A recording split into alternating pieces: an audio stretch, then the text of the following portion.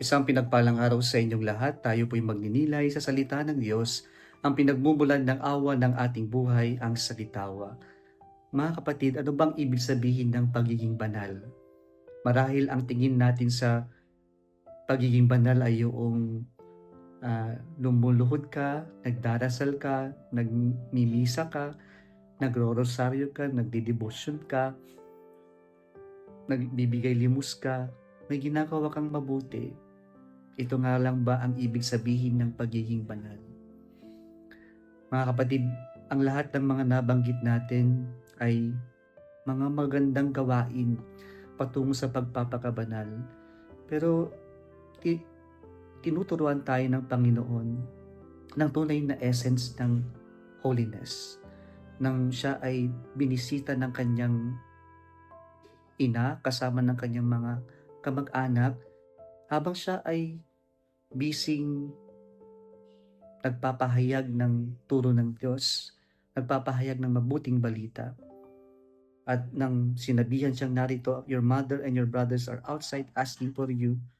And Jesus responded, he said, who are my mother and my brothers? Well, this is not dismissive words against his mother and his relatives. But Jesus took this as an opportunity to teach us a very important lesson on holiness.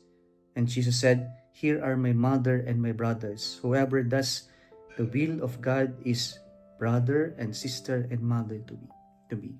And so, holiness is about doing the will of God.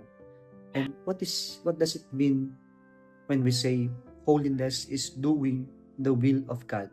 Ang ibig sabihin nito ay doing the right thing at the right time. Yung ginagawa natin yung tama, kung ano yung tama at mabuti sa tamang panahon. Hindi lamang tayo gumagawa ng tama, kundi ginagawa natin ito sa tamang panahon, sa tamang pagkakataon. Ito yung mahalaga. At paano natin malalaman yung paggawa ng mabuti o tama sa tamang panahon? Ang unang sekreto nito ay yung pagbababad natin ng oras sa Diyos. Sa pagbababad natin ng oras sa Diyos, napapalalim yung ating ugnayan, kaya napapalalim din yung ating kaalaman sa kagustuhan ng Diyos sa buhay natin.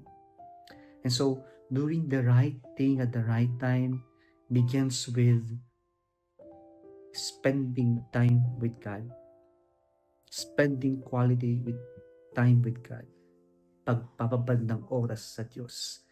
At sa pagbababad natin ng oras sa Diyos, nagiging maliwanag sa atin ang kagustuhan ng Diyos, kaya gagawin natin ang tamang gawain sa tamang panahon. Kung nagustuhan mo ang video na ito, huwag kalimutang mag-like, i-share at mag-subscribe sa Salitawa Facebook page and YouTube channel. Muli isang pinagpalang araw sa inyong lahat.